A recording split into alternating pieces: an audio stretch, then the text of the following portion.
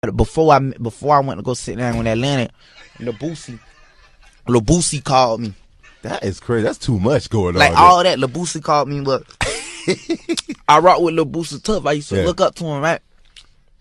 But like, he called me. He like, oh, I'm listening to your music.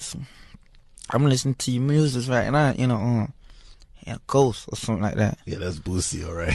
I'm listening to he talking about he listened to my Project Baby mixtape. In a Ghost or whatever. I don't know why he say he listening to it in a Ghost, because it ain't really amuse me. but still though, so I'm like, yeah, that's real. This Lil Boosie, I used to look up to him. So he say, what part of Florida you in? I tell him I'm in Broward. He was like, he wanna come sit down with me, and like give me like 10 bands or something. But I already had that money off street money. Kodak. Nah, listen, I already had that money off street money. Like, but now you seen in the video, Kodak Black said that Boosie tried to sign him. You know, and Boosie offered him $10,000, and he basically said $10,000 wasn't no money because he was already getting that. Now, those of you who listened to that probably thought to yourself, "Damn, Boosie only offered him $10,000." Yeah, there was some lowball shit. But believe it or not, it's people out there who take them $10,000. It's people out there who don't took less than that.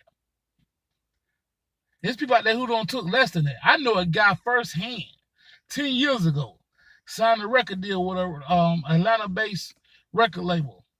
This record label had one of the hottest artists in the industry at the time. They paid this nigga $5,000 on a prepaid Visa. Gave him $5,000.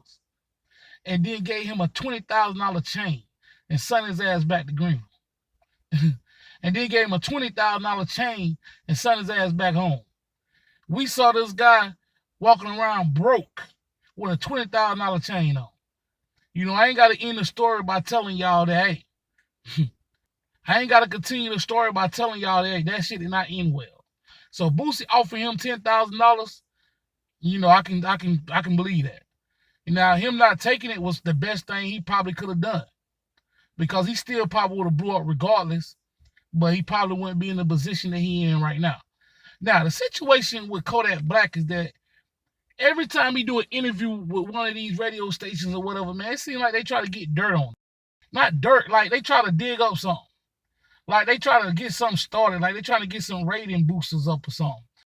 Like, when he was at the Breakfast Club, you know, they talked about the Ebro situation, talked about the Masterpiece situation, which is understandable because the Masterpiece situation started through them. The Ebro situation happened right before he went to the Breakfast Club. So I understand the Breakfast Club situation. But when it was on Ebro, man, the way Ebro was just trying to get the shit started, you know, and, you know, Kodak Black, you know, leaving. Then, you know, he on this radio station, and, you know, the Boosie situation pop up. It's like everywhere this guy go, and he not the only one. It's like everywhere these artists go, man, they try to dig up something to kind of get the numbers up. I understand it, but it's starting to look a little messy, man. And me, I know firsthand, if you just put a video up and say, 66 came by, or you got an interview with somebody, a lot of times people don't click on it unless it's an interesting title. You know, I understand that too, so, because I have to do it on YouTube myself, you know. But let me know how y'all feel about that. Kodak Black said Boosie tried to give him 10 grand to sign a contract. And like I said, man, I know a guy who signed for 5,000. Let me know how y'all feel, man. I'm out. Peace.